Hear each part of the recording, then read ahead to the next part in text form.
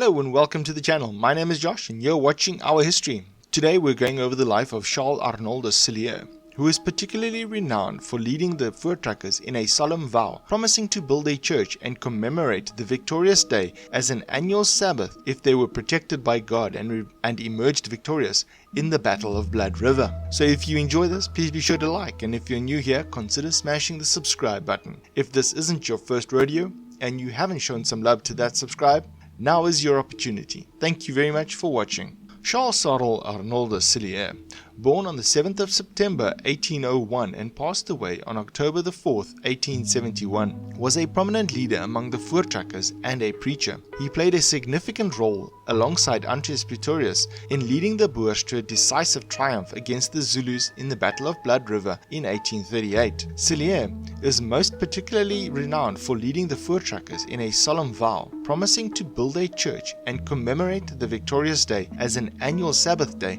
if they were protected by God and emerged victorious. This vow holds significance even today, with descendants being instructed to honor the day. Sarel was a notable figure within the Gereformeerde Kerk, a branch originating from the Dutch Reformed Church. Described as a compact and robust individual, he was acknowledged for his deep religious devotion. At the age of 35, Charl made a significant decision to participate in the Great Trek, a mass migration of Boers settlers in the 1830s. The town of Kroonstad in South Africa was reportedly named after a horse owned by Cilliers that met a tragic fate in the Kroonspruit stream, where the town is now located. The historical significance of this event is reflected in various landmarks in Kroonstad, such as Sarel Cilliers Museum and a statuarium situated on the grounds of the Dutch Reformed Church. Additionally, Cilliers' legacy extends beyond Kroonstad, as many streets and roads throughout South Africa bear his name. These commemorations serve as a testament to the town's connection to Cilliers and his role in shaping local history. Early life. Sarel Cilliers was born in XUAN, Cape Colony, as the fourth child in a family of 7 children. His parents were Karel Cilliers and Elizabeth Catherine Lowe. At the age of 5, his parents made the decision to sell XUAN. From a young age, Cilliers was actively involved in the daily tasks and responsibilities on his family's farm, gaining valuable experience in agricultural and pastoral work. Additionally, he grew up in a tight-knit community that valued religious practices. Every Sunday, neighbors would gather for services and Holy Communion, fostering a strong sense of community and religious duty within Cilliers. It was during his childhood that his religious values and natural aptitude for spiritual leadership began to flourish.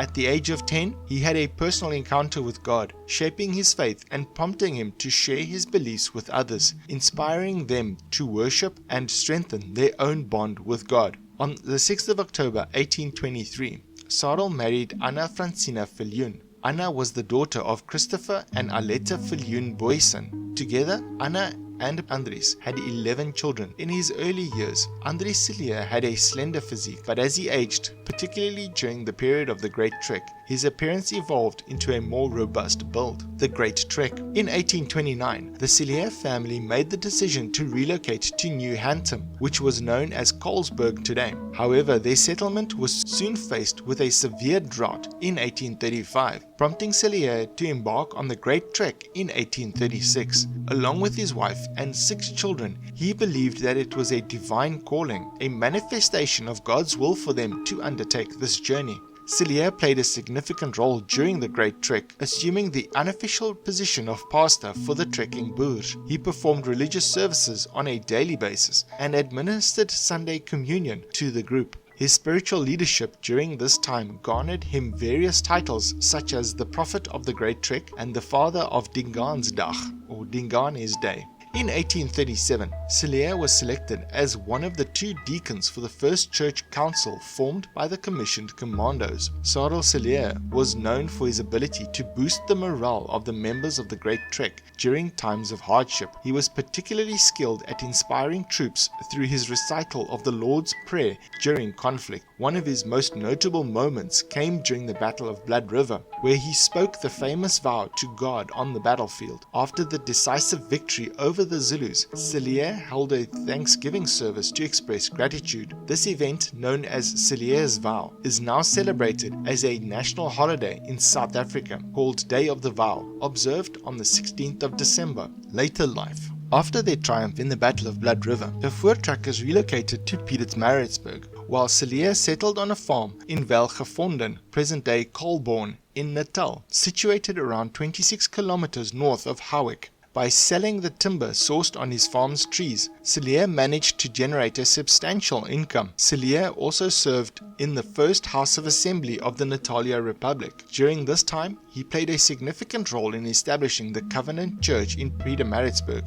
in 1839. However, in 1843, following the British annexation of Natal, Cilliers decided to step back from politics and instead continued his important work as an elder of the church. In 1847, Cilliers made the decision to sell his farm and relocate to the Orange Free State. He settled on the farm Doornkloof in the Lindley district, where it is believed that he constructed his homestead by himself. Unfortunately, his wife passed away in 1852 and was buried on their new property. Cilliers then married Aletta Elizabeth Lewitz on the 15th of May 1854. She was a 33-year-old widow, and together they had a son. As Cilliers aged, he frequently dealt with various illnesses. Eventually, he passed away on the 4th of October 1871 and was laid to rest in the Cilliers family cemetery, with a modest tombstone initially marking his grave, which was later replaced with a monument. Legacy.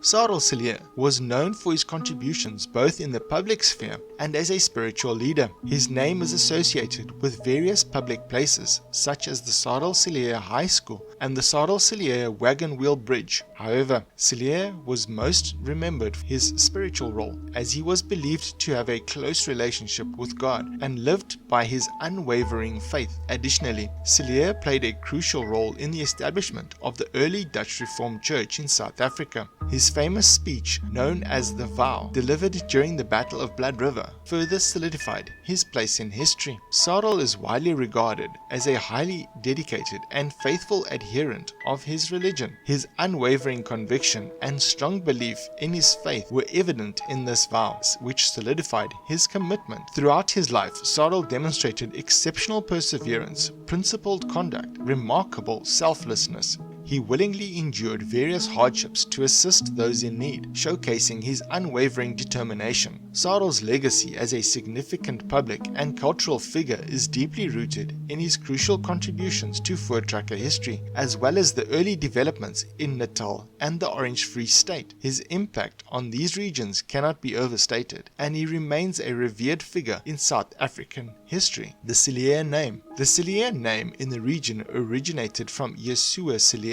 a French Huguenot refugee from Orleans, France. He arrived in the Cape of Good Hope in the year 1700, becoming the progenitor of the name. Over time, different variations of the name emerged, including Cilliers, Cilliers, Cilliers, and Cilliers. If you enjoyed this channel and you would like to support more content like this, because all contributions are greatly appreciated, please check out the Patreon link in the description below.